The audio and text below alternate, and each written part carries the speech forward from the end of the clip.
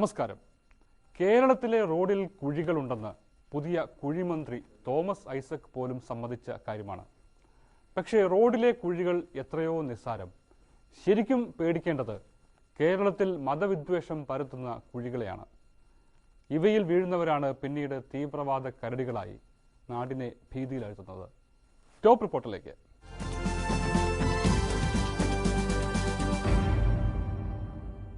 ദേശീയ അന്വേഷണ ഏജൻസിയുടെ രാഷ്ട്രീയം എന്താണ്? NIAയ്ക്ക് മുന്നിൽ കൊടിപിടിച്ച കോടിയേരി ഇപ്പോൾ കൊടി താഴെ വച്ചത് എന്തുകൊണ്ട്? ആദ്യം സ്വമേധയാ കേസുകൾ ഏറ്റെടുത്ത NIA ഇപ്പോൾ പിന്നാക്കം പോകുന്നത് എന്തുകൊണ്ട്? ഭീകരവാദം നേരിടുന്നതിലും രാഷ്ട്രീയം കലരുന്നുവെന്നതാണ് സത്യം. കോടതിയായാലും NIA ആയാലും പിടിക്കാത്ത കോടിയേരി തന്നെ NIA അന്വേഷണം ആവശ്യപ്പെട്ടതും ഇതിൽ ദുരൂഹതയുണ്ടെന്ന് മുല്ലപ്പള്ളി പറഞ്ഞതും ചേർത്ത് വായിക്കേണ്ടതാണ്. അതായത് ഒരു പ്രത്യേക സമുദായത്തിനെതിരെന്ന് വിശേഷിപ്പിക്കാവുന്ന കേസുകൾ എല്ലാം NIA അന്വേഷിച്ചാൽ പഴി കേന്ദ്രത്തിന് പോകുമെന്ന കോടിയേരിയുടെ ലാക്ക് ഒരു വശത്ത്, അങ്ങനെ കോടിയേരിയും CPM-ഉം സുഖിക്കേണ്ടെന്ന മുല്ലപ്പള്ളിയുടെ രാഷ്ട്രീയം മറുവശത്ത്. തീവ്രവാദിയാര് അല്ലാത്തതാര്, കേരളത്തിൽ തീവ്രവാദമുണ്ടോ ഇല്ലയോ, ഇതിലെ രാഷ്ട്രീയമെന്ത് എന്നിങ്ങനെ വിവിധങ്ങളായ സ്വത്ത് പ്രതിസന്ധികളെ നേരിടുകയാണ് കേരളം. മലപ്പുറത്ത് നിന്ന് S. മഹേഷ് കുമാറിന്റെയും കണ്ണൂരിൽ നിന്ന് അഭിലാഷ് നായരുടെയും റിപ്പോർട്ടിലേക്ക്. കേരളം സുരക്ഷിതമായ ഒരു തുരുത്തായിരുന്നു, സ്നേഹത്തിന്റെയും സമാധാനത്തിന്റെയും തുരുത്ത്. ലോകമെങ്ങും തീവ്രവാദത്തിന്റെ നിഴലിൽ പകച്ചു നിൽക്കുമ്പോൾ ഇതിൽ ആശങ്കപ്പെടാൻ എന്ത് എന്ന് പറഞ്ഞ് നമ്മൾ മാറി നിന്നു. ഇന്ദിരാഗാന്ധി കൊല്ലപ്പെട്ടപ്പോഴും മുംബൈ വർഗീയ കലാപത്തിൽ അമർന്നപ്പോഴും ബാബറി മസ്ജിദ് തകർന്നപ്പോഴും നമ്മൾ വീറോടെ സമാധാനത്തിന്റെ കൊടി ഉയർത്തിപ്പിടിച്ചു. അതൊരു കാലമെന്ന് പറഞ്ഞ് നെടുവീർപ്പിടേണ്ട സ്ഥിതിയിലേക്ക് ഇന്നു നമ്മൾ എത്തിയിരിക്കുന്നു. പരസ്പര വിശ്വാസം ആഴത്തിൽ വേരോടിയ മണ്ണിൽ തീവ്രവാദത്തിന്റെ വിത്തെറിഞ്ഞ് നൂറുമേനി വിളവെടുക്കുകയാണ് വിഘടനവാദികളുടെ കൂട്ടായ്മ.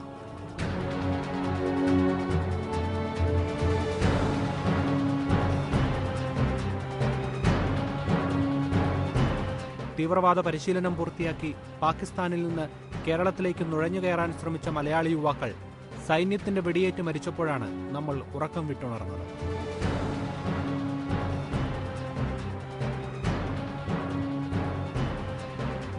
മുന്നറിയിപ്പുകളോട് പുലർത്തിയ സ്ഥായിയായ നിസ്സംഗതയ്ക്കിടെ ലഷ്കർ നേതൃത്വത്തിലേക്ക് മലയാളിയെയും നമ്മൾ സംഭാവന ചെയ്തു.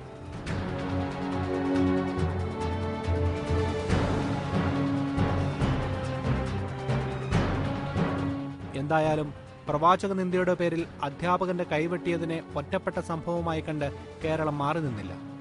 4 വോട്ടിനായി മുഖ്യധാരാ രാഷ്ട്രീയ പ്രസ്ഥാനങ്ങൾ ഉത്തരവാദിത്വത്തിൽ നിന്ന് ഓടിയൊളിച്ചതുമില്ല.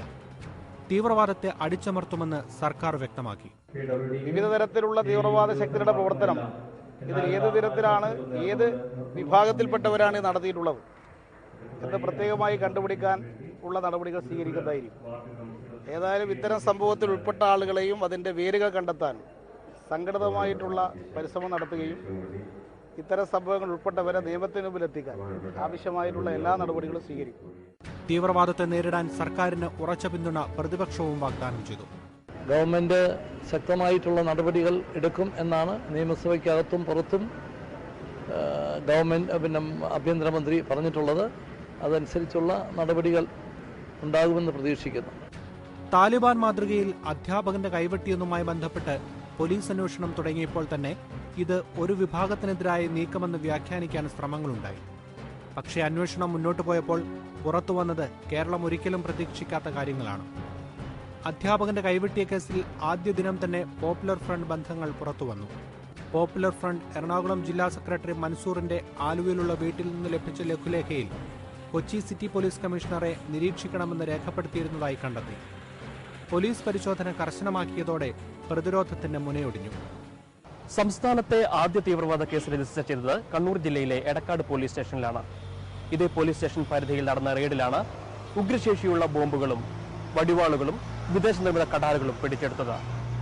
ബോംബുകളും വടിവാളുകളും കൊണ്ടുള്ള രാഷ്ട്രീയ കളിയല്ല, അതിനേക്കാൾ ഭീകരമായ മതസ്പർദ്ധയുടെ അണുക്കളാണ് ഒരു വിഭാഗം സമൂഹത്തിൽ പരത്താൻ ശ്രമിക്കുന്നത്.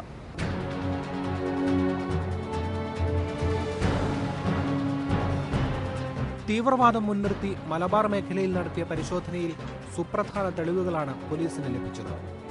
പക പയറ്റിത്തീർക്കുന്ന കണ്ണൂർ രാഷ്ട്രീയത്തിന്റെ പാഠങ്ങൾ മൗലികവാദികൾ നന്നായി പഠിച്ചെന്ന് പരിശോധനകളിൽ തെളിഞ്ഞു.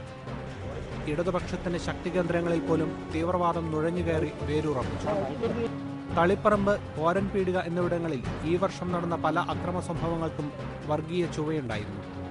ഈ ഭാഗത്തെ മുഖ്യധാരാ രാഷ്ട്രീയ പ്രസ്ഥാനങ്ങൾക്കും ഇക്കാര്യം ബോധ്യപ്പെട്ടിട്ടുണ്ട്.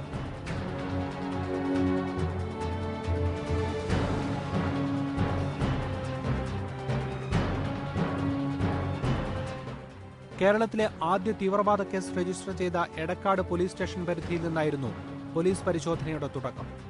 Kannur range I G Sudhesh Kumar, town DYSP CT Tom എന്നിവരുടെ നേതൃത്വത്തിലായിരുന്നു പരിശോധന. എടക്കാട് മണപ്പുറത്ത് പോപ്പുലർ ഫ്രണ്ട് ഉപയോഗിച്ചിരുന്ന കെട്ടിടത്തിൽ നിന്ന് നാടൻ ബോംബുകളും വടിവാളും രാഷ്ട്രവിരുദ്ധ ലഘുലേഖകളും പോലീസ് കണ്ടെടുത്തു. കെട്ടിടത്തിന്റെ തറ കുഴിച്ചും കെട്ടിടത്തിനു മുന്നിലെ കുളം വറ്റിച്ചും പരിശോധന നടന്നു.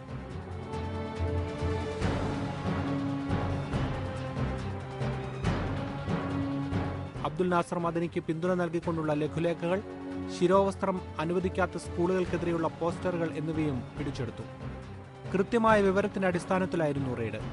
മാധ്യമങ്ങൾക്കെതിരെയും പോലീസിനെതിരെയും പോപ്പുലർ ഫ്രണ്ട് സംഘടിപ്പിച്ച മാർച്ചിന്റെ കേന്ദ്രം ഈ